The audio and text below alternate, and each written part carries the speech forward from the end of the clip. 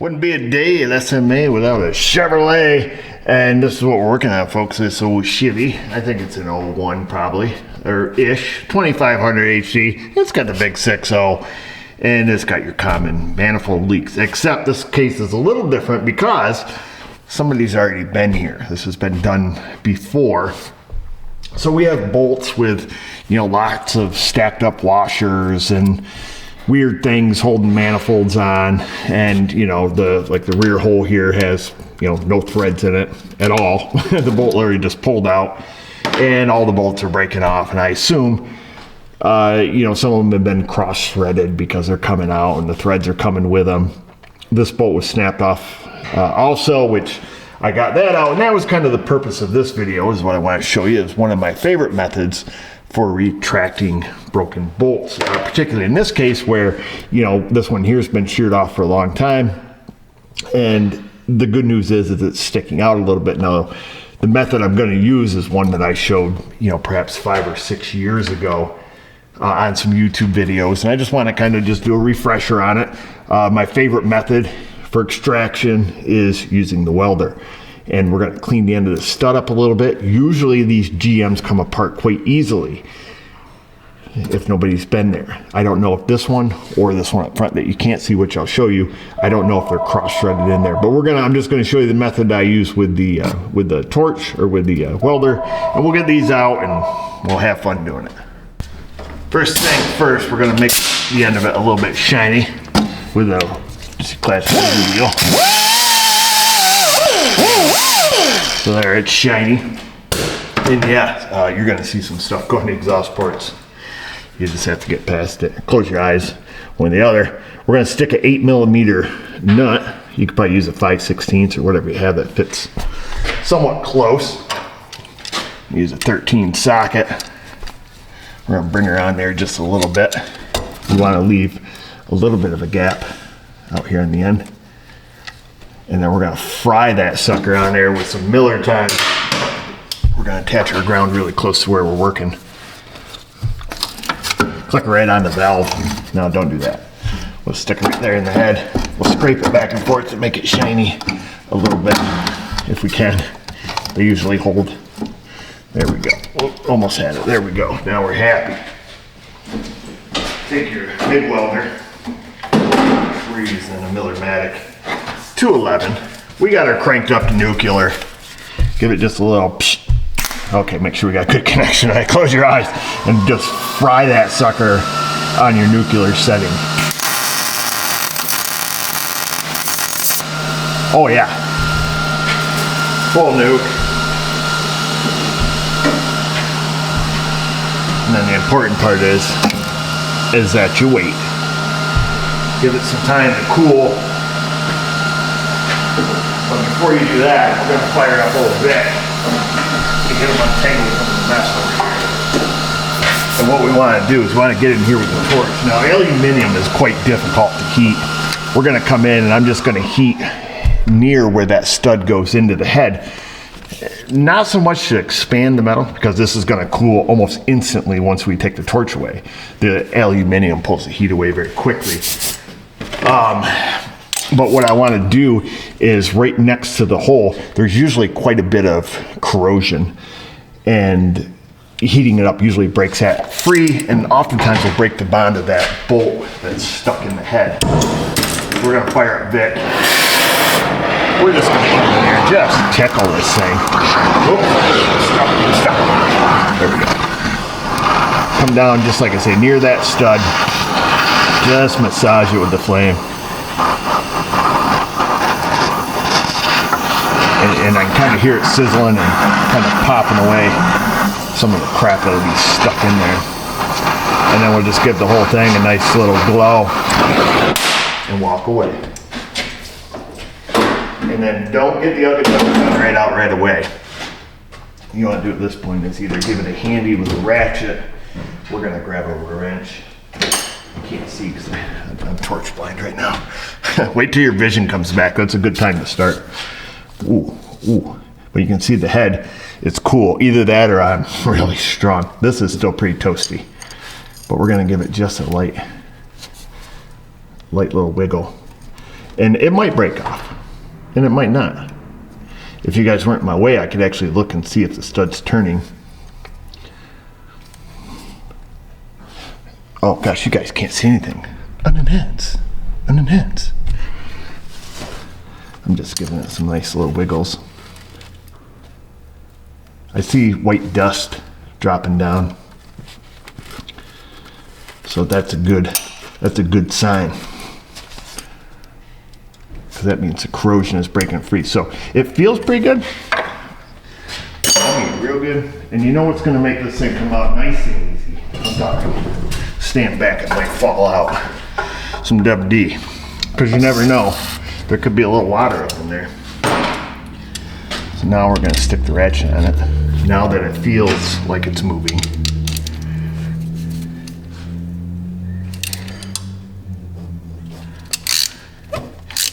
You might have to, you know, work it, girl. Oh, look at that. Boom. Out she comes, or the nut just broke free on the stud. One or the other. But I'm thinking we won this battle. And there you go. You go, girl. Look at that. And out she comes. So, easy peasy. So that's one of my favorite methods for bolt extraction, in case you've missed it on any other video.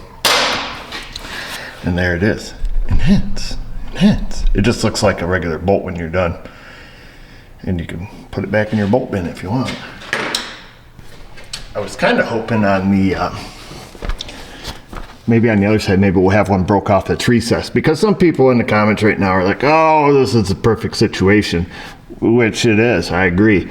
If one is broke off flush, or recessed a couple threads, still totally doable, same method, a little different process. At that point, hopefully one breaks on the other side, I can show you.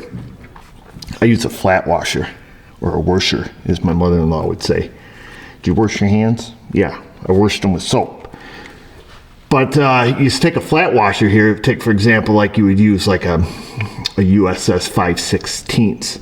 You would stick it over there. And what I'll do prior to that, if this makes sense to you, if it's broke off flush, take like a 3/8 drill bit. So something a little, this is 8mm here. So use like, you know, a 10mm or 10.5 or a 5/16 or a 3/8 drill bit. And very lightly on the outside here, just drill it down a couple threads just to get rid of these outside threads, like the first two, until you hit the bolt. You know, don't be reaming on it. And then stick your washer up here, fry the washer on with the welder, then stick the nut on top of the washer and just fry the living heck out of this to the washer. And that will typically, that'll take you home. That'll give you what you need to get. So this one was half sheared off when we started, so I barely touched this one. It broke off the rest of the way, so it's a little bit shiny there right now. We can give it a quick little polish if you want. So let's do that. So hopefully that makes sense about the ones being recessed using the drill. Maybe I can show you on the other side.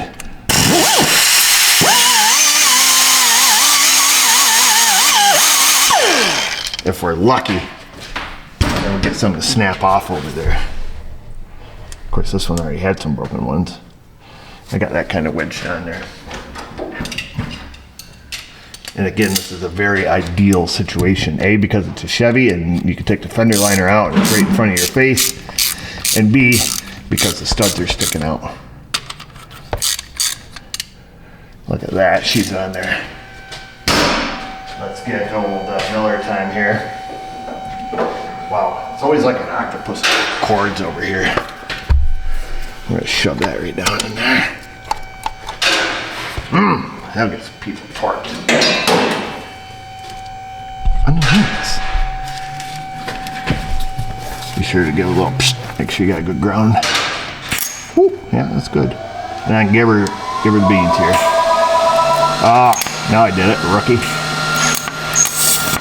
Oh, freaking jerk. Stuck that right on there because he's over here tapping it. Come on.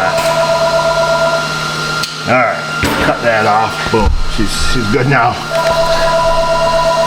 Let's go. Here we go. Woo! Close your eyes. Oh man, she sizzled out on me again. It's because we have it set on nuclear. And I'm closing my eyes. Come on, man. Oh, we did it now. We done fry that right to the tip. All right, we're gonna set that down, pretend we didn't see it. Oh, she might have got a little too globby on me. I don't know if we're gonna get the ratchet on there, socket on here. Maybe. Negative. Gosh damn, idiot. Now what do we do? Don't screwed. We're not screwed. We're just gonna go next size bigger. Just go with a 14. So, in this case, that's next size bigger than 13, believe it or not. And prior to just going up there and getting after it, I've got like a triple knot thing going on down here in the quartz now. Ooh. Same process.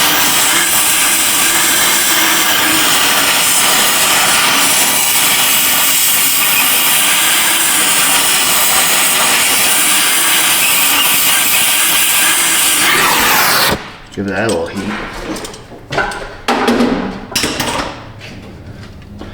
And then just give this a little feel. We're going to skip the wrench part. Maybe we shouldn't. Maybe we shouldn't. And again, these may be cross-threaded in there. We don't really know. But I just felt that good feeling. You know, that one good feeling that you get every once in a while? Oh, yeah. Sometimes that feeling's false, so let me tell you. I know what worked on the last one, and I hope it works on this one. Oh, WD. I sure do like the smell of burning WD-40, am I right? Feels like something's happening. Oh, yeah.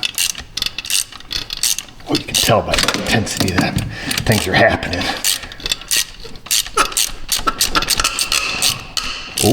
Oh, she's skippy on the socket now. Skippy. Let's go back to our 13. Let me get an old worn out 13. And this is a potential problem from using the welder, is you get a little too carried away and it deforms the outside of the nut because you had it so hot. You know, kind of glosses off, so to speak. There's a squeaky old one, isn't it? There we go. And there you have it, folks. Should we reach up there and touch that? I'm thinking we probably should give it a try anyways. How are you gonna know if it's hot? Oh, not too bad, not too bad. So there it is, there's that one. You can throw that one in your bolt bin. So there you go. And then I guess that has the age-old question of what are we gonna do about the hole that has no threads in it? Good question. A, we can pretend we didn't see it, or B, we can fix it, which we will. But prior to doing that, I'm going to take a thread chaser, because looking up in all of these holes, I'm going to check the depth of them, make sure that I'm not being deceived, to make sure that they're all around about the same depth, because why did somebody stack up, you know, a bunch of washers? This is our fancy depth gauge, so it's the screwdriver finger trick, okay, in case you don't know that. This way we can make sure they're all going to the same depth. It's the quick and dirty depth checker. Okay, they all feel like the same depth. Even this guy back here. This thing's not really doing much for us anymore, is it? Let me run a thread chaser through those and we'll come back and I'll show you how to put in a helicoil.